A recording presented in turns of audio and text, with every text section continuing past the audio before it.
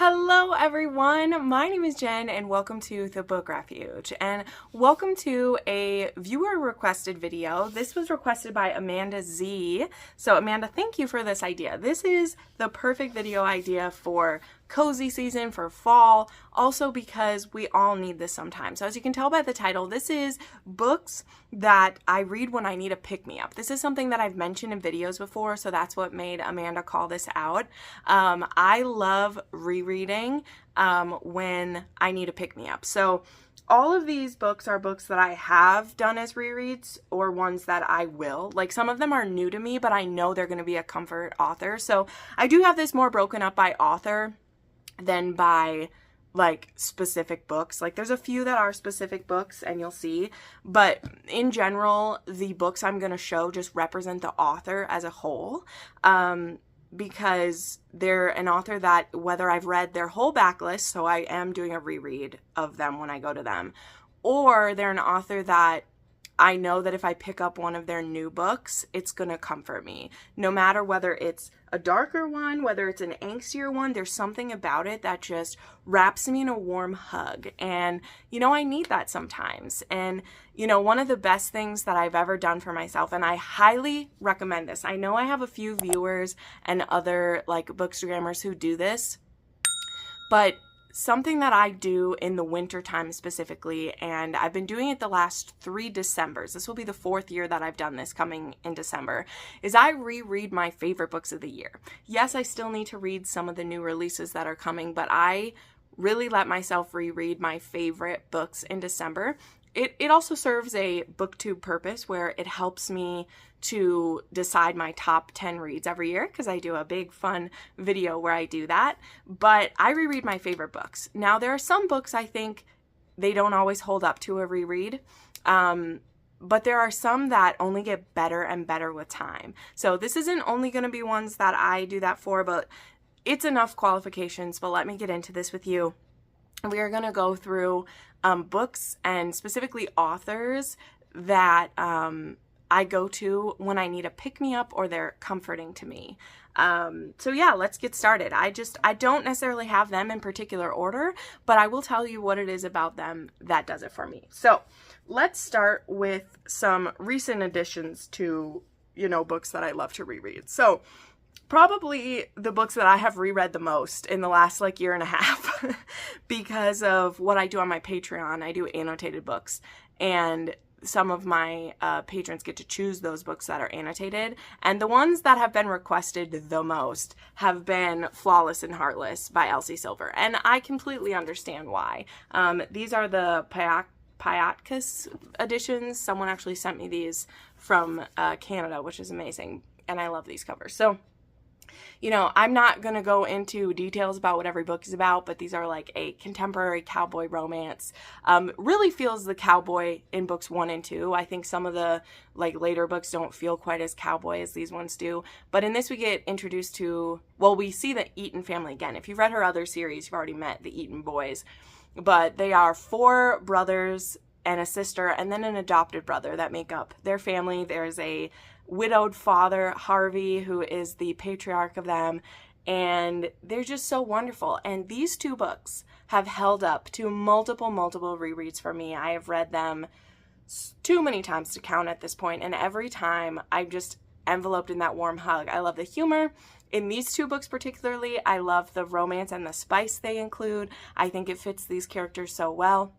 And though I don't quite feel the same way about the whole series anymore, these 2 books hold up to me and I adore them. And I think Elsie Silver, you know, once she maybe kind of steadies out a little bit after some of the second half of the Chestnut Spring series, I think that these are going to be staples in my library for years to come. Also during this video, some of my lighting might get a little wonky. I'm filming a little bit later in the day than I normally do, so the sun is coming through, but we're just gonna go with it, okay? I'm gonna enjoy the sun while we still have it, so I'm not gonna close the blinds to film. We're just gonna deal with it. Okay, then we have to go to an author who's just, I describe her as like cozy dystopian is how I describe her. Now, actually one of her books I have to share isn't a dystopian one, but that author is someone that I have recommend it again and again and again and again. And funny enough, none of her books have been 6-star reads for me, but they're so comforting and cozy, and her men are so angsty and sweet that I can't help but reach for her stories again and again. And that's going to be Claire Kent. So the series that really won me over is her Kindle series. This is Last Light. This is actually a companion book to the series, but I consider it kind of a prequel and or takes place kind of the same time as Haven, which is the official first book. But this is a dystopian series. A lot of them are age gaps. They are survival situations, sometimes even like trading sex for survival. I love that kind of currency. She has another series that is her Prisoner series. It's called the Hold series, and it begins with Hold. That one actually is like, it starts in a prison and this woman trades her body for safety. And I'm telling you, you have to read it to experience it.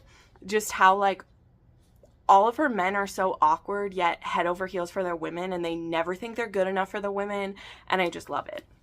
One of her books that I hadn't read before that is a contemporary, this one's actually a surprise baby, not a secret baby, it's a surprise baby. This one is Nameless by Claire Kent, and this is a one-night stand that turned into a surprise baby, and it's a really rich guy.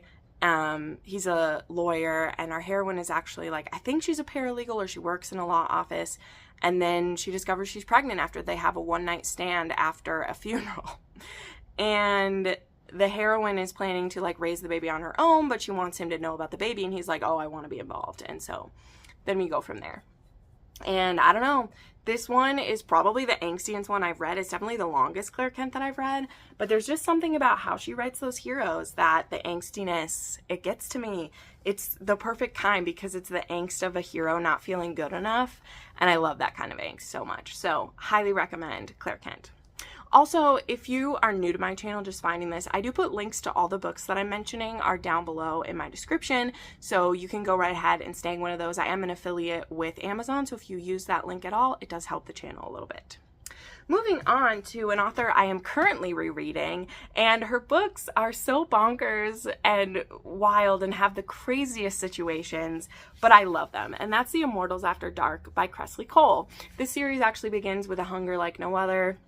But you can honestly start with any of the first books in the series if you want, because most of them all take place at the same time. I started rereading a few of these books that I hadn't read in a long time. Lothair, I reread Lothair every year. I've read it multiple times. I love it so much. It's my favorite book in the series. But I hadn't reread the books that really come before Lothair in a long time. Like usually I'll reread Lothair and then go from there.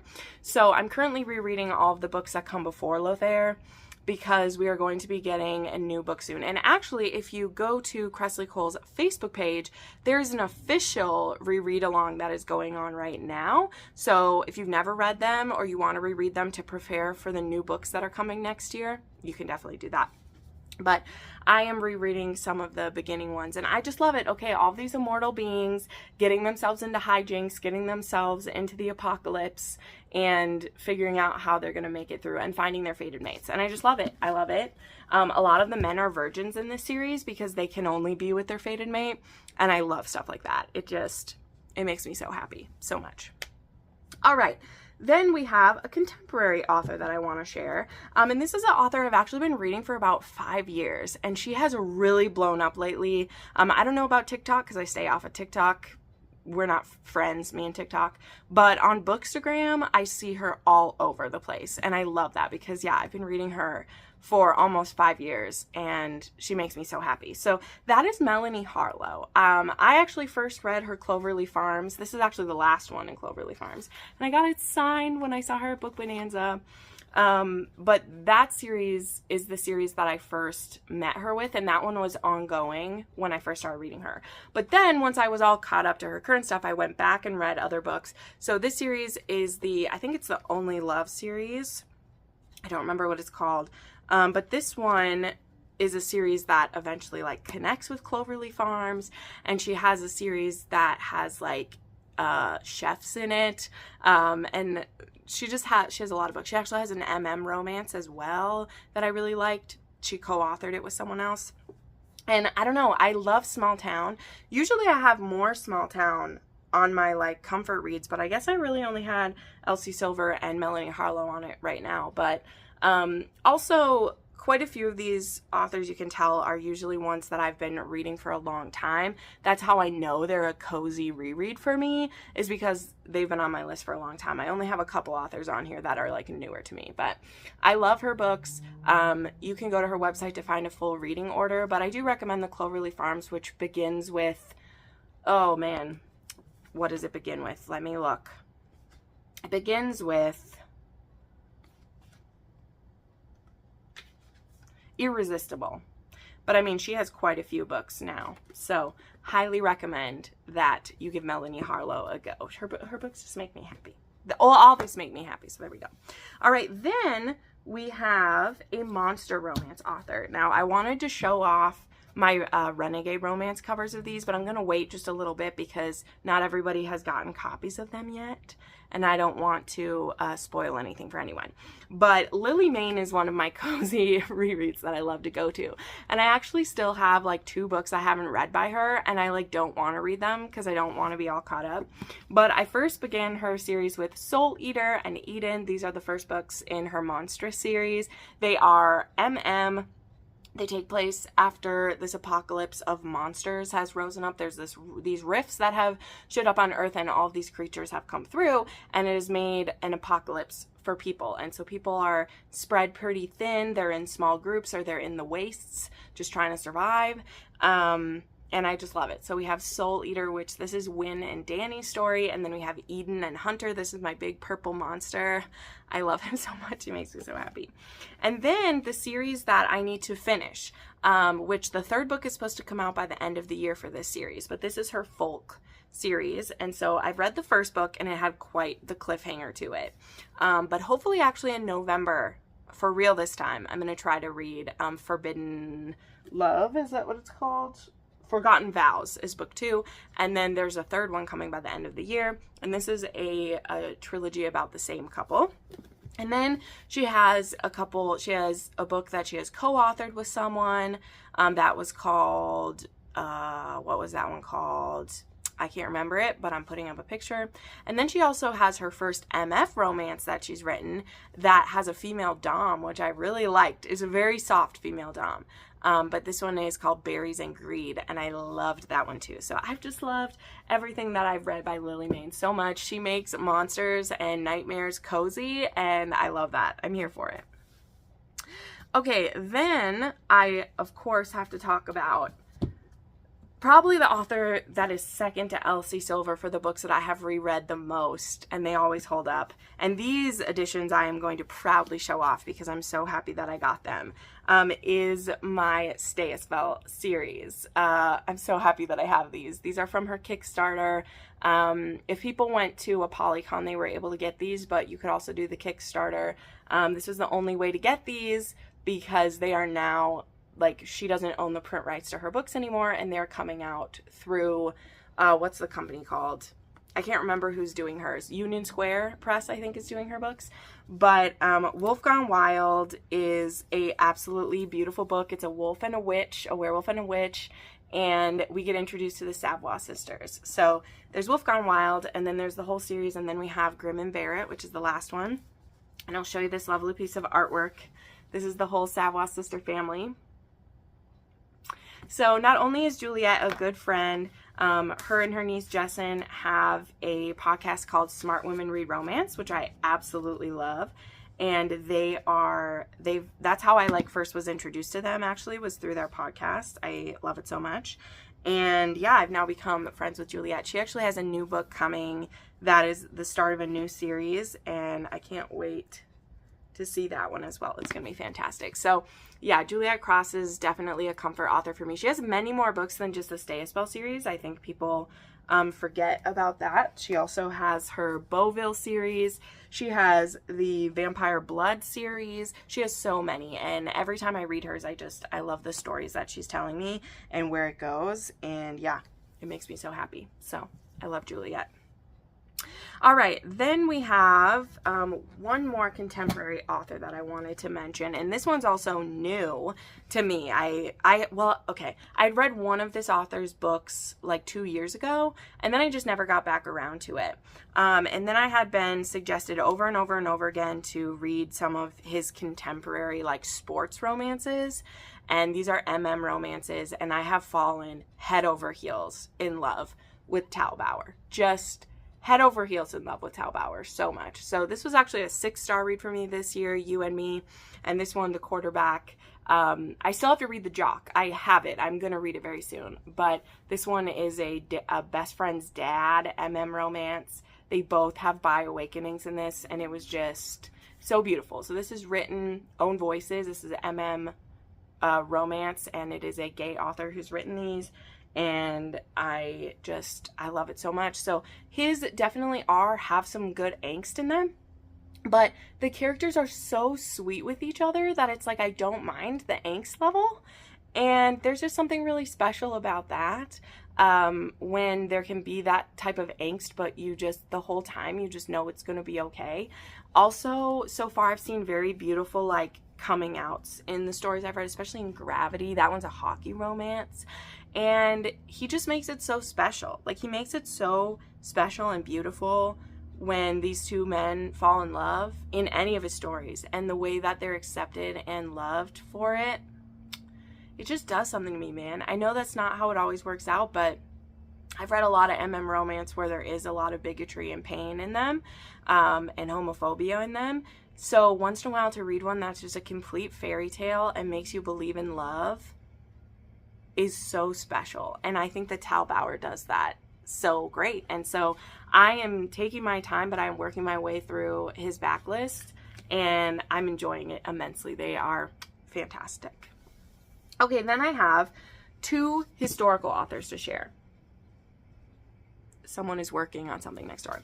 I could share so many historical romance authors, because one of the things I always say is that when I need a really cozy read or something special, historical romance is what I like to go to for that.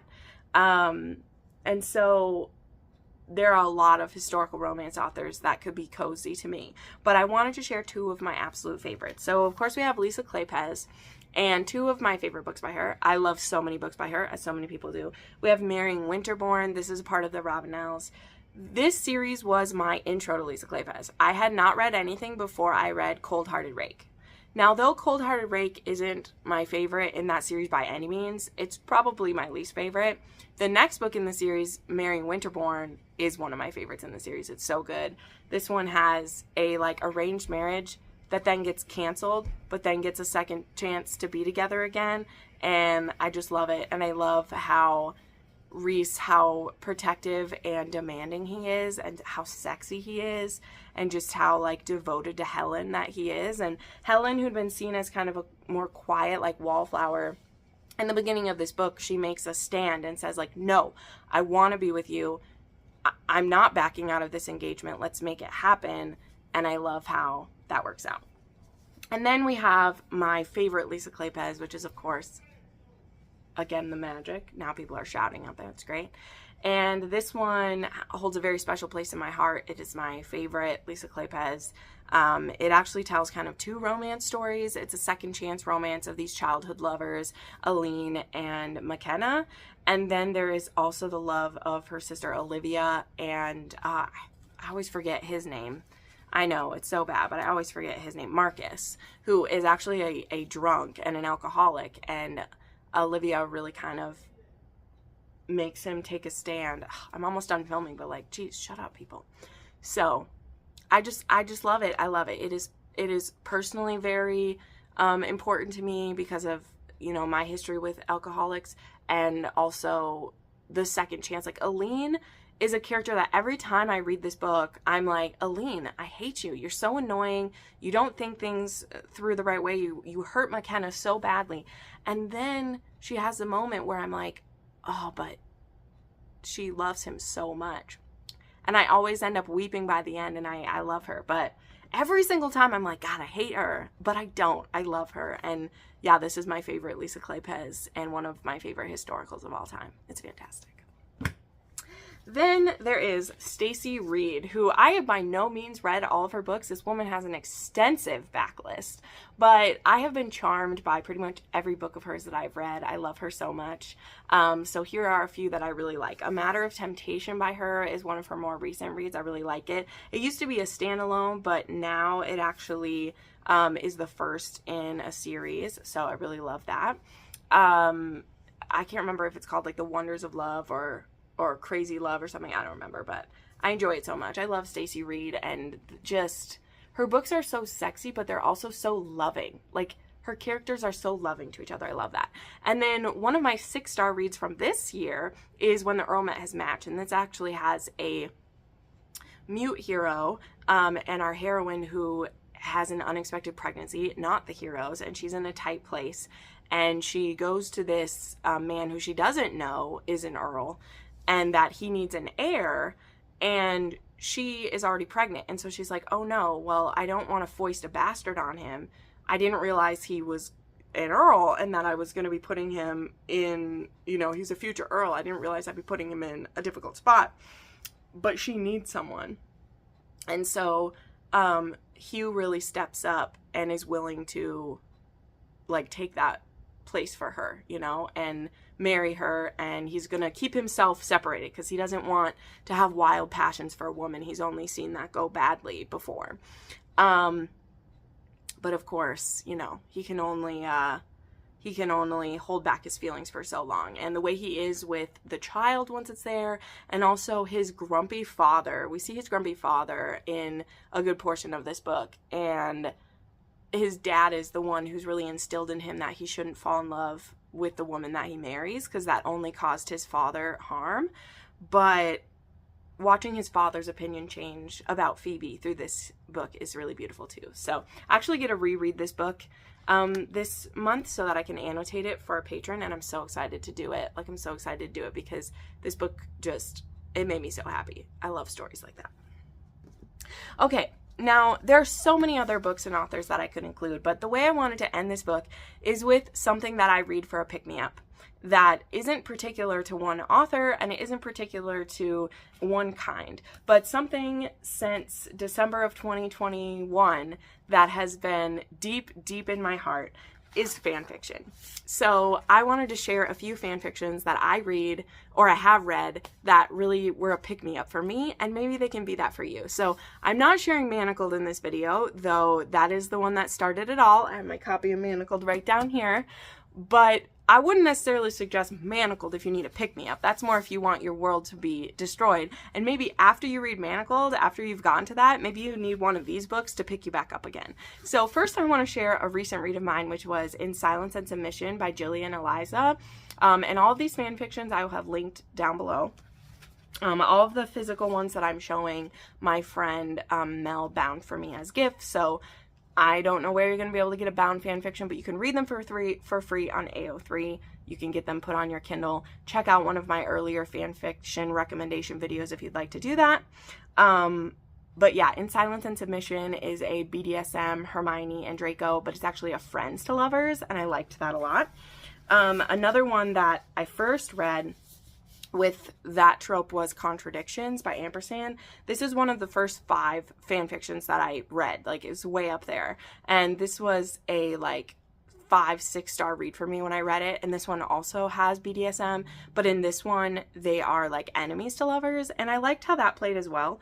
Although In Silence and Submission has become my like favorite Dramini besides like Manacled. This is still one that I highly, highly recommend. It is just, it's fantastic. I love it so much. Then I have actually 2 different pairings that I'm trying to get more people to read. I'm always trying to get more people to read, because though I love Dramini, and I would slay for a Dramini, there are some other pairings I love even more. One of them is Snamini, so Snape and Hermione, and I've read many, many really good pairings of them. Some are very dark, like there are some that are darker than Manacled. And if you want to know those, again, check out my playlist for fanfictions. I'm not going to relist my favorites right now. I have 4 different videos of fanfic recs. I know that some of them are going around again right now, so if you want to know my thoughts on them, you can check out those videos. because yeah, I've had those videos up for quite a while.